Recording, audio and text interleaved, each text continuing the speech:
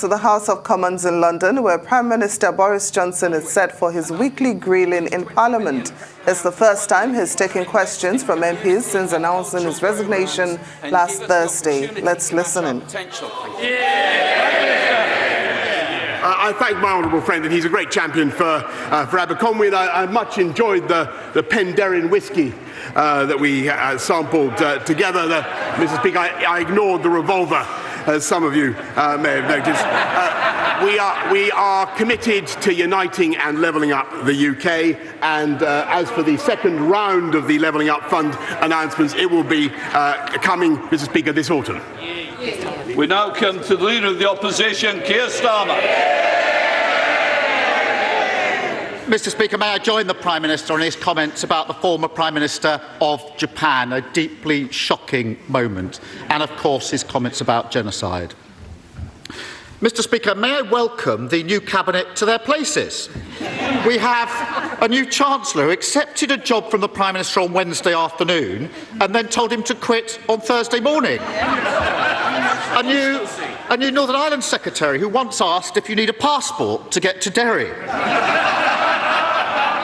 And the new Education Secretary, whose junior ministers have literally been giving the middle finger to the public. It is truly the country's loss that they will only be in post for a few weeks. Now, the Prime Minister must be feeling demo puppy since he was pushed out of office. Finally, he can throw off the shackles, say what he really thinks, and forget about following the rules. So, does he agree? Does he agree it's time to scrap the absurd non-dom status that allows the super-rich to dodge tax in this country? Prime Minister. Well, I thank you very much, and it's perfectly true that I'm grateful for the ability to speak my mind. I never really lost, Mr. Speaker, but what I'm focusing on is continuing the government of the country. And as I've just told you, Mr. Speaker, from tomorrow, £326 is arriving. Never mind non-doms, Mr. Speaker. Doms or non-doms, I don't mind. £326 is arriving in the bank accounts of 8 million vulnerable people. And how can we do that? Because we took the decisions to get the strong economy that we currently have that I'm afraid were resisted by growth in May at 0.5%, Mr. Speaker, which they weren't expecting. We have, as I've told you before, Mr. Speaker, 620,000 more people in payroll employment than before the pandemic began. And one of the consolations of leaving office at this particular time, Mr. Speaker, is that vacancies are at an all-time high. Yes, Starmer. Cut him some slack. Faced with an uncertain future, a mortgage-sized decorator's bill that'll be soon for somebody else's flat, I'm not surprised he's careful not to upset any future employers. So here's an even simpler one. Does he agree that offshore schemes can pose a risk because some people use them to avoid tax they owe here? Prime Minister. Mr. Speaker, I'm proud of the investment that this country attracts from around the world, and he's talking about offshore people investing in the UK. I'm absolutely thrilled to see that we've had, I think, 12 billion in tech alone come in the last couple of months. I think it's possible, Mr. Speaker, he's referring not to me, but to some of the 8 brilliant candidates who are currently vying for my job. Let me just tell him that any one of them will wipe the floor with Captain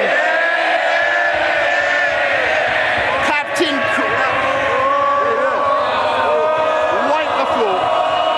Can I just say the furniture has to be repaired? And one of the members already had one bill. I'm sure he doesn't want another. Prime Minister. Any one of them would wipe the floor with Captain Crasheroony Snoozefest, Mr. Speaker. And after a few weeks' time, that is exactly what they will do. They will unite around the winner and do just that. Yes, Starmer. He's been saying all week that he wants revenge on those that have wronged him. Here's an idea, Prime Minister. If he really wants to hit them where it hurts, he should tighten the rules on tax avoidance. But at the very least, does he agree that anyone running to be Prime Minister should declare where they and their families have been domiciled for tax purposes and whether they've ever been a beneficiary of an offshore tax scheme? Prime Minister. Mr. Speaker, to the best of my knowledge, everybody in this Parliament, everybody in this House pays their full whack of tax in this country, and I think that people should, members across the House should cease this constant vilification of each other. I think people pay their fair share of taxes, and quite right. What we're doing, and it's thanks to the tax yield that we have had, that we're able to support the people of this country in the way that we are. So we've been able to increase universal credit by £1,000, Mr. Speaker. We're putting £326 from tomorrow into the bank accounts of those who need it most, Mr. Speaker. And thanks to the policies we have pursued, as I have just told you, we have unemployment at or near record lows. And that is what counts, Mr. Speaker. They are very happy to see people languish on benefits. We believe in getting people into good jobs. And I'm looking for one. Mr. Speaker, I'm not sure he's been keeping up with what's happening the last few days. Over the weekend, the candidates to replace him have promised £330 billion in giveaways. That's roughly double the annual budget for the NHS. Sadly, they haven't found time to explain how they're paying for it, even though one of them's the Chancellor and another one was Chancellor until a week ago. They all backed 15 tax rises. Now they're acting as if they've just arrived from the moon, saying it should never have happened. Doesn't he agree that rather than desperately rewriting history, they should at least explain exactly where they're getting all this cash from? Prime Minister. Actually, Mr. Speaker, he's completely wrong. I've been listening very carefully, and all the commitments that I'm listening to are very clear. We will continue. Whoever is elected will continue to put more police out on the street, exactly as we promised. Already at 13,576, we're going to go up to 20,000. Whoever takes over will build. They always complain about this, but we will build the 40 new hospitals, Mr. Speaker. And I asked my delivery unit yesterday. Well, they don't want it. They don't like it, Mr. Speaker, because they voted against the funding. They voted against the funding that makes it possible, Mr. Speaker. And they have also, just in the last period in which he has been in office, made extra commitments of public spending worth £94 billion, which would be thousands of pounds of extra taxation for every family in the country, Mr. Speaker. That's the difference between them and us. Yes, Starmer. Totally deluded to the bitter end. Now, to be fair... Mr. Oldham, I think that's the last time I hear from you today. I think otherwise you might be able to buy a couple of other people cups of tea. Yes, to be fair to the new Chancellor, he's at least attempted to spell it out. He's promised tens of billions in tax cuts and confirmed he would cut the NHS, the police and school budgets by 20% to fund it. The member for Stratford and Gibraltar is complaining, but he said it on TV. And yesterday he said it's simply not right that families are seeing their bills skyrocket and we do nothing. Was the Chancellor speaking on behalf of the government, Prime Minister, when he promised huge spending cuts and when he said that they're doing nothing on the cost of living crisis? Prime Minister. Look, Mr. Speaker, this is really pitiful stuff from the party that voted against the £39 billion which is necessary to pay for those 50,000 nurses which we're recruiting, and we will recruit by 2024, Mr. Speaker, which is necessary to pay for those hospitals, those doctors and those scans and that treatment. They don't have a leg to stand on, Mr. Speaker. And I can tell him something else. The reason we've got growth now at 0.5% in May is because we took the tough decisions to come out of lockdown on July the 19th last year, which he said was reckless. Never forget, he said it was reckless. Our economy would not be strong enough now to make the payments we are to our fantastic NHS, and they know it. Stop up. I really am going to miss this weekly nonsense from him. Let's move on. Let's move on from his current Chancellor to his former Chancellor.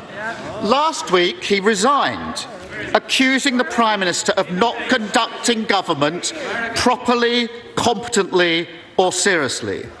He suggested the Prime Minister is not prepared to work hard or take difficult decisions, and implied that the Prime Minister cannot tell the public the truth.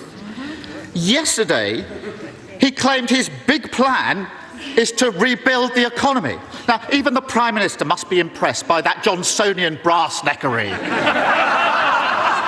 Can the Prime Minister think of any jobs his former Chancellor may have had that means he bears some responsibility for an economy that he now claims is broken?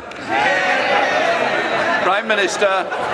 Mr. Speaker, I think everybody who's played a part in the last 3 years has done a remarkable job in helping this country through very difficult times. I just want to say to him, really, Mr. Speaker, the next leader of my party may be elected by acclamation, so it's possible this will be our last confrontation over this. It's possible. So I want to thank him. I want to thank him for the style in which he's conducted himself. I think it'd be fair to say he's been considerably less lethal than many other members of this House. And I'll tell you why that is. Because he hasn't come up. Can I just say to this end of this front bench, I expect better behaviour, and I'm certainly going to get it, Prime Minister. There's a reason for that, Mr. Speaker. Is over 3 years, in spite of every opportunity, he's never really come up with an idea, a plan, or a vision for this country. And I can tell you that at the end of 3 years, Mr. Speaker, we got Brexit done, which he voted against 48 times. We delivered the first vaccine in the world and rolled it out faster than any other European country, which would never possibly listen to him, Mr. Speaker. And we played a decisive role in helping to protect the people of Ukraine from the brutal invasion of Vladimir Putin and helped to save Ukraine, Mr. Speaker. And I'm proud to say that we are continuing, and every one of the 8 candidates will continue, with the biggest ever programme of infrastructure, skills and technology across this country to level up in a way that will benefit the constituents of every member of this House, Mr. Speaker. And it's perfectly true that I leave not at a time of my choosing. And it's absolutely true. But I am proud of the fantastic teamwork that has been involved in all of those projects, both nationally and internationally, Mr. Speaker. And I'm also proud of the leadership that I have given. And I will be leaving, Mr. Speaker. I will be leaving soon with my head held high.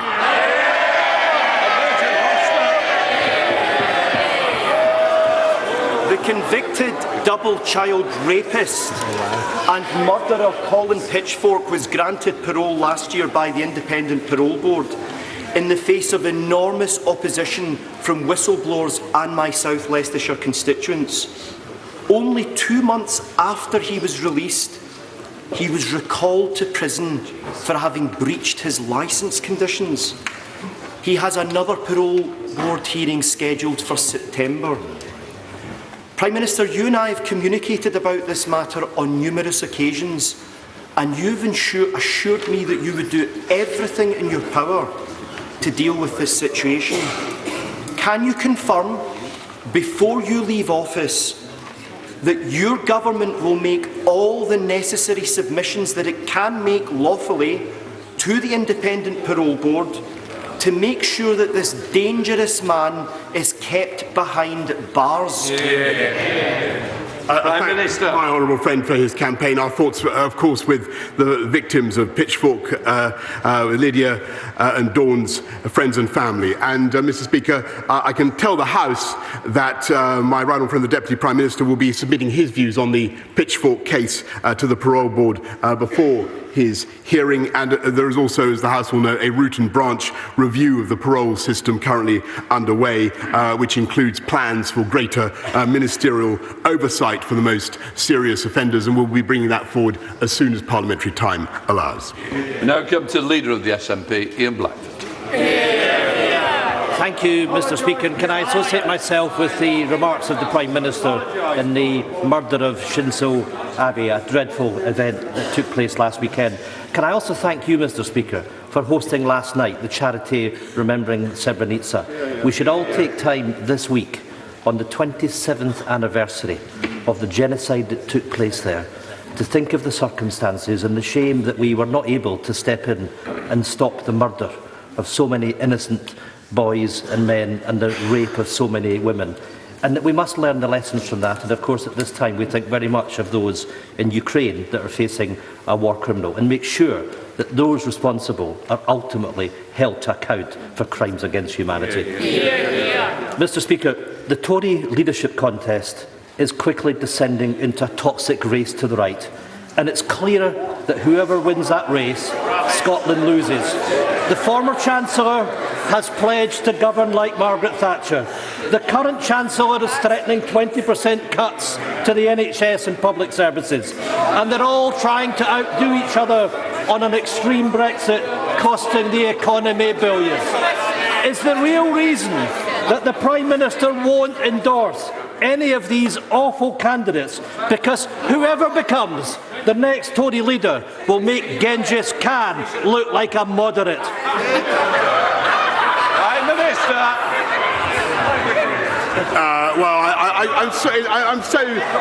I feel a real twinge, Mr. Speaker, that this is probably virtually the last time I'll have the opportunity to answer a question to perhaps because he's going or I'm going, I don't know.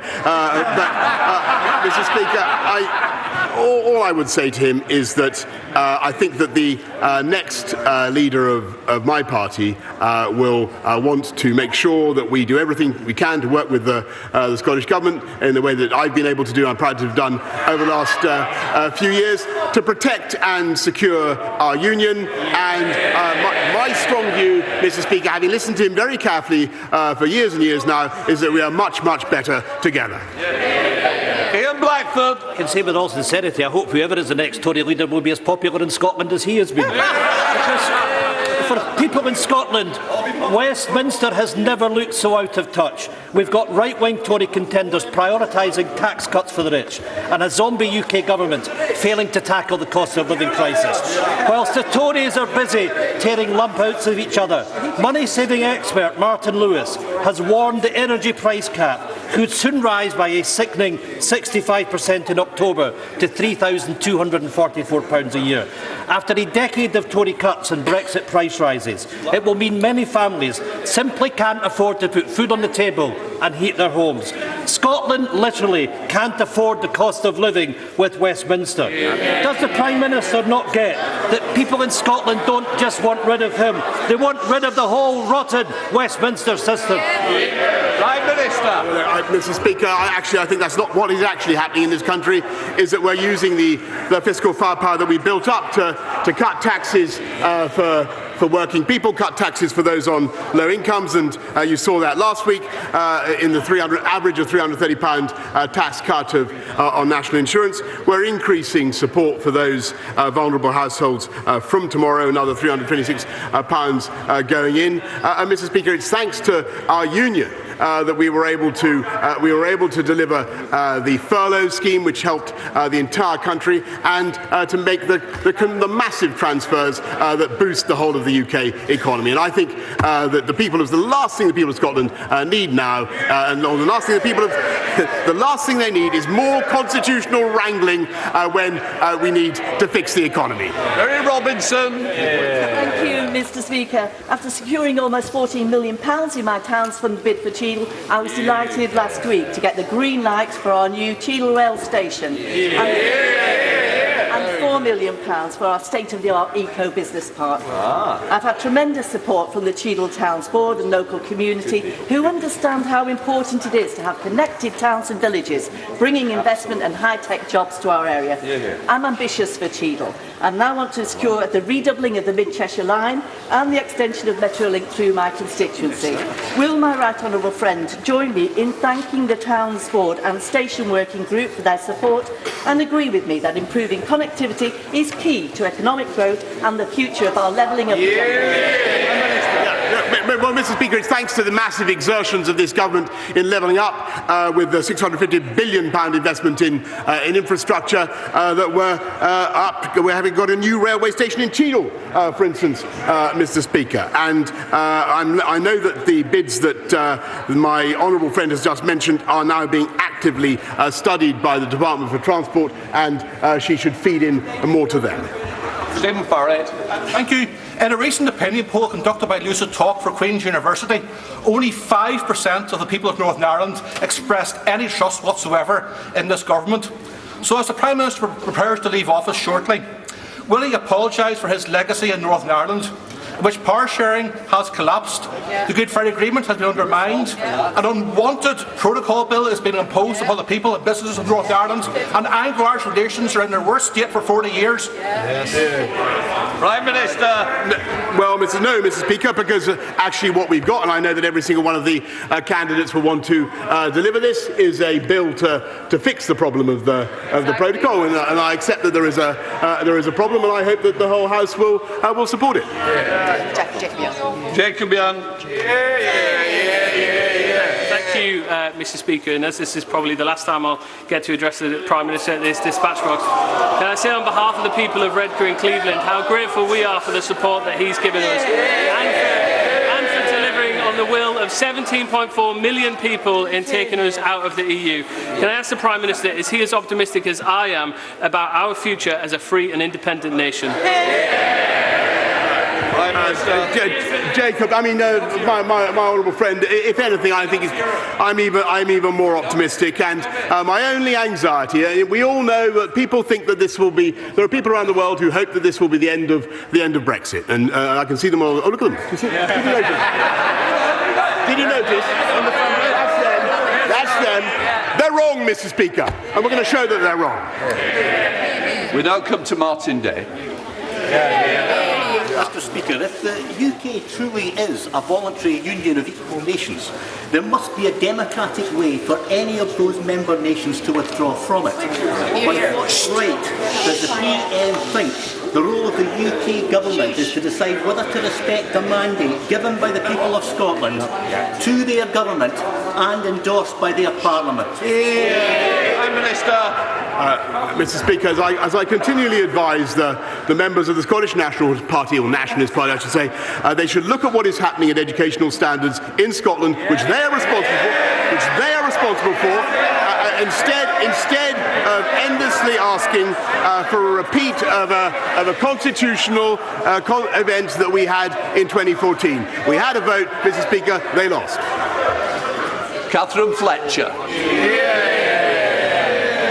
Speaker, the Prime Minister knows how proud we are of our industrial heritage in the north of England and what it means for our future.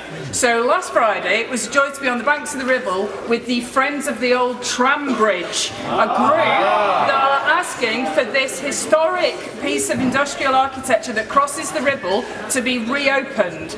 Vote for the utility, and because we're bloody proud of it. So, does the Prime Minister share my hope that Preston City Council will include the plans to get the bridge reopened as part of their levelling up fund bid? Prime Minister.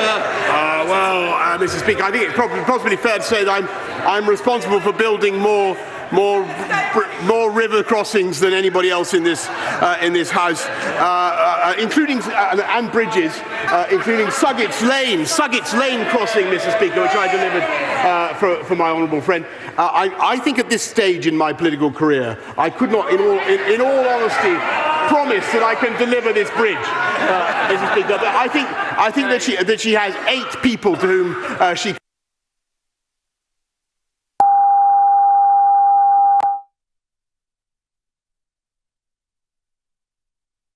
We've been watching the British Prime Minister Boris Johnson face his weekly grilling in Parliament. However, this is his first since announcing his resignation. He began by paying tribute to late former Japanese Prime Minister Shinzo Abe, who was assassinated last week. He also says he's focused on governance, and he spoke about efforts made by his government to cut taxes, boost employment, and improve the standard of living of the British people. Now, I still have my colleagues here, and it's always interesting to watch, the mix of seriousness, sarcasm, and snacky comments at play, when British members of Parliament have their weekly PMQs. What do you think? Oh, you go ahead. Ladies first, go ahead. You are one.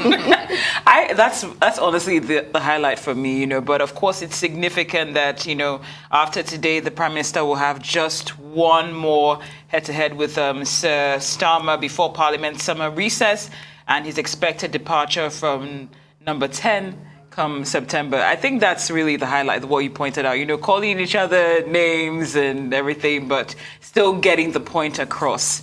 In the end, it's good fun. It might not be clean, but it's good. And okay, so I guess we have the British Prime Minister Boris Johnson back. He's facing his weekly grilling in Parliament. Let's listen in. Hospital builds at Watford General, alongside further investment at Hemel Hempstead and St Albans hospitals, represent the best option for health services in the area. Sir Mike Penning. Can I thank the Prime Minister for delivering Brexit and the fantastic vaccine rollout programme that I was proud to be involved with and saved so many lives in my constituency and around the country. Sadly, the Trust have not considered all options, and in my constituents will be astonished as to what they have said by saying that. They now want £1.2 billion for the refurbished tower block situation in Watford. So can the Prime Minister do me a great favour before he leaves?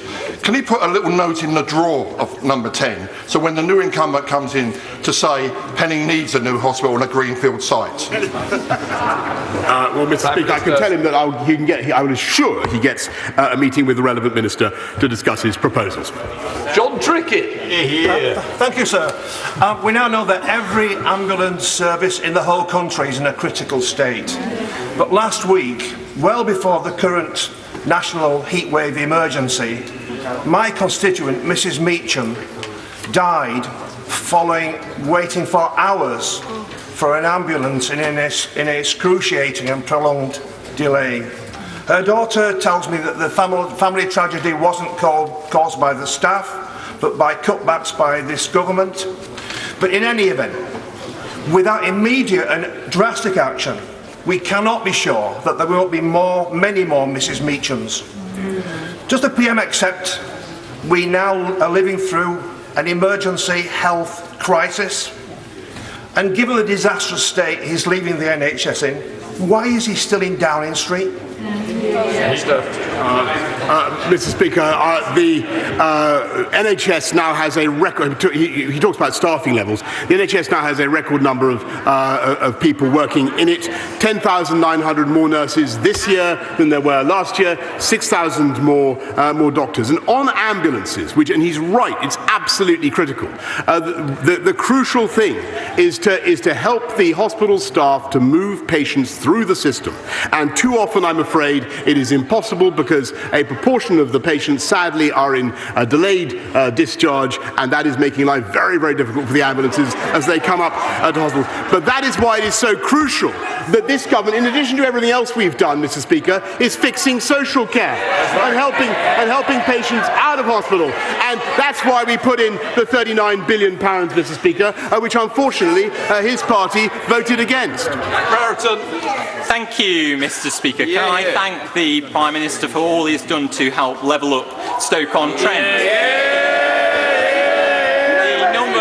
The the number of workless households in our city has halved over the last decade of Conservatives in government. So would my right honourable friend agree that the best way to level up Stoke-on-Trent is to get more people in well-skilled, better paid employment opportunities?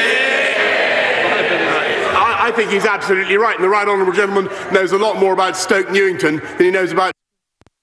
And I'm proud that we're getting young people into work. I was up and down the country. I was at an event last night to celebrate the 163,000 Kickstarters who we've helped into work. And that is our ambition, to help people into good jobs. And we are succeeding. I'm proud to say I leave office, Mr. Speaker, with unemployment at roughly 3.8%. When they last left office, it was at 8%. That's the difference between them and us. Stuart Malcolm MacDonald. Thank you, Mr. Speaker. Last night's panorama with the joint investigation with the Times newspaper has exposed yet again more evidence of unlawful killings by special forces, this time in Afghanistan. When this came up before, the government, and in particular the MOD, was determined to sweep this under the carpet. But those who serve in uniform and the public they protect deserve better than this. These aren't vexatious claims from campaigning lawyers. They come from within the armed forces themselves, and indeed from our allies in Australia. So will the You've been watching the Prime Minister's Question, where British Prime Minister Boris Johnson has been facing his weekly grilling in Parliament. According to him, his achievements are getting Brexit done, delivering the first COVID-19 vaccine, and that he helped in protecting the people of Ukraine. Boris Johnson says though he's leaving at a time not of his choosing, he's proud of his achievements both nationally and internationally. According to him, he's living with his head held high.